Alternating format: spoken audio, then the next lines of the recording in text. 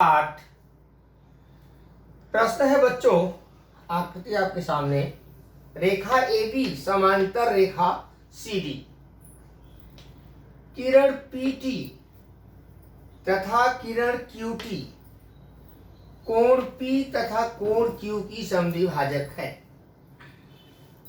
या यूं कहिए कि कोण BPQ तथा कोण PQD की समद्विभाजक परस्पर बिंदु T पर प्रतिच्छेदित करती है, तो कोण PTQ बराबर 90 अंश सिद्ध करो। अब इसका अगर दत्त लिखना है तो क्या लिखोगे कि रेखा AB समांतर रेखा CD, कोण P तथा कोण Q के समद्विभाजक परस्पर बिंदु T पर प्रतिच्छेदित करते हैं, साध्य कोण PT बराबर 90 अंश। यानी आपको सिद्ध करना है कोण PTQ बराबर 90 अंश। ठीक है, चलिए उपपट्टी किरण PT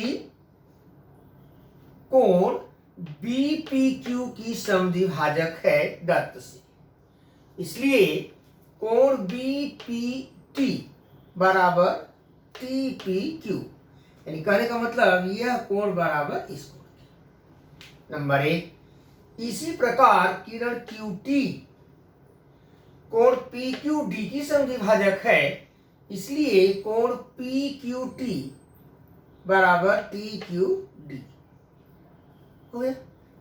नंबर 2, रेखा AB समांतर रेखा CD दत्त से, PQ तिर्यक रेखा है, तो कोण BPQ प्लस PQD बराबर 180 अंश अंतः कोण। ऐसा क्यों? देखो बच्चों, तिर्यक रेखा के एक ही ओर दोनों रेखाओं के बीच। अब देखो BPQ क्या है, यहां देखो दो कोण है, यहां लिखा हमने है कोण BPT धन कोण TPQ धन, यहां भी दो कोण है, तो कोण PQT धन कोण TQD बराबर 180 अंश। चलिए इतना तो हो गया। अब जरा 1 और 2 पे नजर डालो। BPT किसके बराबर है? TPQ के। हमने अंडरलाइन कर दिया BPT, इसकी जगह क्या लिखेंगे? कोण TPQ धन कोण TPQ धन, अब फिर देखिए भाई, कोण PQT धन PQT बराबर है कोण TQD के, तो हमने TQD की जगह भी PQT लिखा, बराबर 180 अंश। 1 और 2 से अब आपके मन में एक बात होती होगी कि एक बार हमने इसकी जगह इसको लिखा, फिर इसकी जगह इसको लिखा, ऐसा क्यों? उसका रीजन ये है विश्लेषण कि आपको कोण PQT निकालना है, इसके लिए आपको त्रिभुज PQT में जाना है, तो ये और ये कोण इस त्रिभुज के अंतःकोण है, ना कि ये और ये। चलो हो गया। अब देखो बच्चों, यह 2 बार है और यह भी 2 बार है, तो 2 कोण TPQ धन 2 कोण PQT बराबर 180 अंश।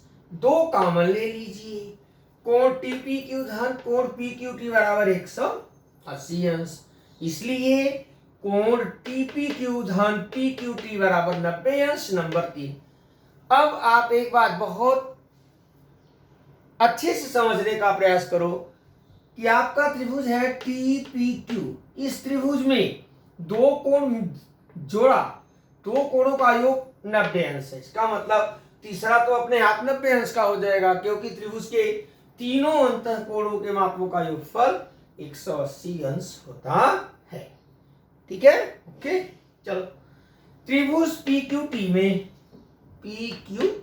में कोण TPQ धन कोण PQT धन कोण PTQ बराबर 180 अंश प्रमेय से, कौन सा प्रमेय? त्रिभुज के तीनों अंतःकोणों के मापों का योगफल 180 अंश होता है। अब ये जो है आपका इतना, इसकी वैल्यू है 90 अंश 3 से, धन कोण पी टी क्यू बराबर 180 अंश, इसलिए कोण पी टी क्यू बराबर 180 ऋण 90, अर्थात कोण पी टी क्यू बराबर 90 अंश। प्रश्न 9 इस साल आपके पाठ्यक्रम में नहीं है, प्रश्न 10 करना है, उसे आप स्वयं करेंगे, हम उसे नहीं बताएंगे, एक स्वाध्याय को मान करके उसे आप हल करेंगे।